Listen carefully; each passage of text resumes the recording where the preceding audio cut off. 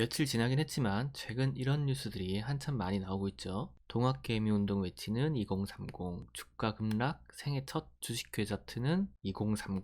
이 뉴스에서 보면 이번 사건으로 인해서 주식시장의 하락이 시작되고 나서 1월 달에 20만, 2월 달에 34만에서 50만 개 이상의 계좌가 생겼고, 한 분이 계좌를 두 개씩 만들었다고 해도 25만 명이 넘는 분이 새롭게 주식을 시작하셨을 것 같습니다. 그래서 이번에 새로 시작하신 분들, 그리고 지금까지 자신의 투자 방법이 어떻게 정의되어 있는지 궁금하셨던 분들까지 투자 방법에 대해 같이 한번 알아보고 나는 어떻게 하는 게 좋은가 생각해보는 시간을 가져보려고 합니다. 이게 저만 해도 처음에 시작할 때 연습한답시고 매수 매도만 할 줄 아는 상태에서 매수부터 덜컥 하고 시작을 했었고, 그 뒤에 이걸 어떻게 해야 되는지 알아보기 시작했었거든요. 무지한 상태에서 투자를 해야겠다라고 결론을 내리면 안 되는데, 저도 일단 먼저 지르고 시작을 했었기 때문에 이분들도 아마 지금쯤 다 지르고 나서 앞으로 어떻게 해야 하나 많이 알아보고 계실 것 같아서 지금 이야기를 하고 있습니다.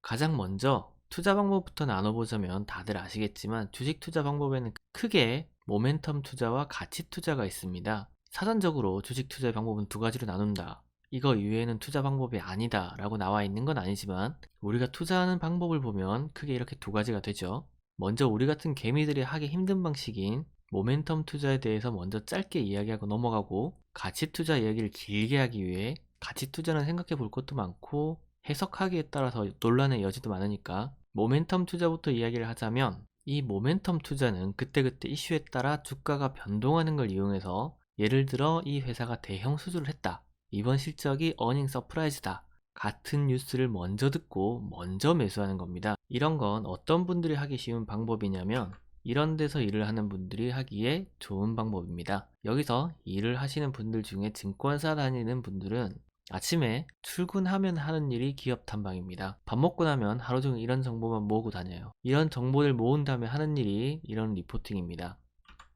하나금투의 이름부터 예쁜 김하영 애널루님이 팜스빌 추천을 2월에 해주셨는데, 지금 하락전 주가를 회복한 걸로 볼 때 이것도 괜찮아 보이긴 하고요. 여러분 미스리라고 들어보셨어요? 지금은 카톡이 대세지만 십몇 년 전만 해도 네이트온, MSN 쓰던 시절에 미스리라고 이런 데서 일을 하시는 분들만 쓰던 메신저가 있어요. 이 메신저가 지금도 있는 것 같은데, 이분들은 그런 특정한 경로, 우리가 모르는 경로를 통해서 이런 정보를 먼저 받아요. 이게 이렇게 되면 우리 같은 일반 개미들은 정보의 비대칭성, 특히 정보 공유 속도의 비대칭성 때문에 우리는 기관 투자자 이분들에 비해 선침해가 아예 불가능하고, 이런 분들한테 한 번쯤 공유받아서 한 번 정도는 성공해도 그게 계속 될 리도 없고, 그런 정보 없이 운 좋게 한 번쯤 성공한다 해도 계속 할 수 있는 방법은 아닙니다. 그래서 실제로 저기서 일을 하다가 전업을 시작하는 펀드 매니저 출신 개미인 매미, 애널리스트 출신 개미인 에미는 어감이 좀 별로죠.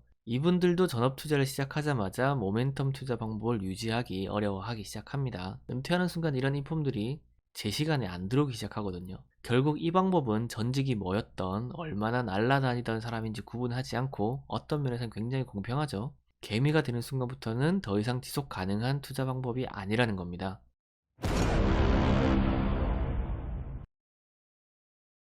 거기다가 이분들은 하루 수익률, 일주일 수익률이 중요한 분들입니다.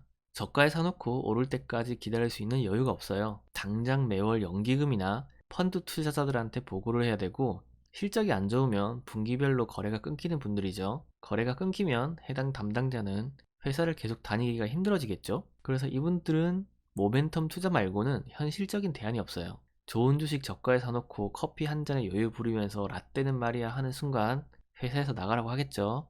자, 모멘텀 투자의 정의, 방법, 한계에 대해서 잠깐 이야기했는데요. 이제 가치 투자 이야기를 시작하기 위해서 가치 투자를 정의부터 하자면, 가치 투자는 기업의 가치에 믿음을 둔 주식 현물 투자 전략을 말하는데요. 가치 투자를 이야기하자면 가장 먼저 이분을 빼놓을 수가 없습니다. 바로 벤자민 그레이엄이죠.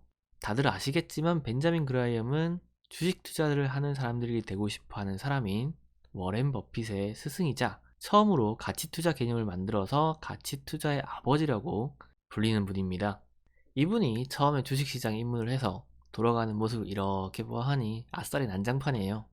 사람들이 싸다 비싸다 기준도 없이 이 주식이 간다 그러면 우르르, 저 주식이 간다 그러면 저기 우르르. 그래서 벤자민 옹은 이 하루하루 시세가 변동하는 아싸리 난장판 사이에서 기업의 적정한 주가를 어떻게 찾을 것인가를 고민하기 시작합니다. 그 고민을 하다가 기업의 가치를 전체 자산에서 부채를 뺀 순자산으로 보고 그 순자산을 발행 주식수로 나누면 한 주의 적정 가치가 되지 않을까 하고 산수를 합니다. 그리고 그 산수값이 여러분들이 잘 아시는 주당 순자산 BPS가 됩니다. 그런데 주당 순자산으로 기업의 가치를 산출하는데 끝내는 게 아니라 그 회사의 주가를 주당 순자산으로 나눠버립니다. 이걸 나눠버리면 이 숫자는 주가가 순자산에 비해 한 주당 몇 배로 거래되고 있는지를 측정하는 값이 되는데요. 이 값이 여러분들이 잘 아시는 전통적인 가치 투자의 계산법인 PBR입니다. 결국 가치 투자를 위한 최초의 기업 가치 측정 방법이 PBR이었는데요. 순자산은 총 자산에서 부채를 변제하고 남은 금액을 말하기 때문에 순자산이 클수록 회사의 재무 구조가 안정적이라고 볼 수가 있고, 그래서 주당 순자산 비율은 수치가 낮을수록 기업의 향후 수익력과 성장력이 높다고 판단할 수 있게 되는 좋은 근거가 되며, 벤자민 그레이엄옹은 이 PBR 계산을 통해서 가치 투자의 시대를 열게 됩니다. 근데 기업은 항상 적정한 유동성을 가지고 있어야 되죠. 만약에 자산 중에 부동산이 너무 많다거나 재고가 너무 많으면 일시적인 유동성 위기 때 흑자 상태에서 부도를 맞을 수가 있습니다. PBR은 단순히 자산에서 부채를 차감한 순자산을 사용해서 세밀하게 분리된 자산 가치는 반영이 안 되는 문제가 있어서 토지나 건물, 유가증권 등의 장부 가치가 지나치게 높거나 또는 낮게 잡혀 있을 경우에는 순자산 가치에 오류가 발생합니다. 특히 우리나라 기업들 중 상당수가 대주주 지분이 높아서 M&A 가능성이 낮고 자산의 비효율성이 빈번히 발생하기 때문에 PBR이 굉장히 낮은 상태에서 거래되는 것이 현실이에요. 그래서 기업의 가치를 평가할 때 이 회사의 자산 가치가 얼마인가만 보는 게 아니라 이 회사가 지금 얼마를 벌어오고 있나를 보기 시작합니다.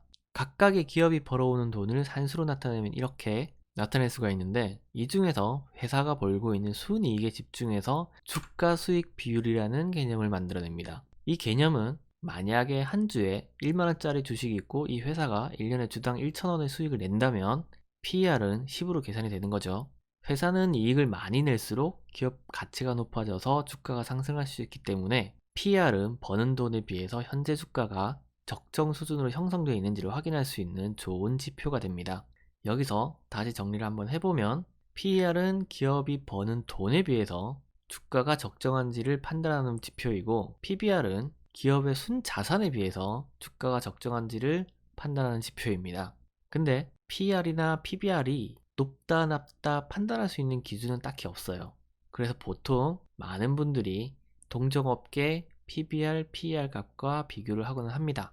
자, 이렇게 가치 투자의 개념과 가치 계산 방법에 대해서 알아보았는데요. 실제 투자에서는 단순히 이렇게 산수로 쉽게 투자를 해서 성공하기는 어렵죠. 그래서 실제로 워렌 버핏의 투자 방법에서 중요하게 여겨지는 부분이 안전마진입니다. 이 안전마진은 회사 주가와 실제 기업 가치와의 괴리, 즉 차이를 의미하는데요. 이 차이는 안전마진이랑 같은 뜻이고 차이가 크면 클수록 좋은 투자 기회를 볼 수가 있습니다. 그리고 지금처럼 어떤 사건으로 인해 주가가 급락을 했을 때 시장은 비이성적이기 때문에 주가가 기업 가치 이하로 거래되는 때라고 합니다. 지금같이 급락했을 때가 아니라 평상시라면 PBR로 평가할 수 있는 자산 가치, PER로 평가할 수 있는 수익 가치에 향후 이 회사가 성장할 것을 예측하고 성장 가치 등을 더해서 굉장히 주관적이지만 그 회사의 가치와 적정 주가를 우리가 평가를 해야 돼요. 그리고 우리가 노력을 해야 되는 부분은 이 회사 가치와 적정 주가 평가를 객관적으로 하는 능력을 키우는 거죠. 그래야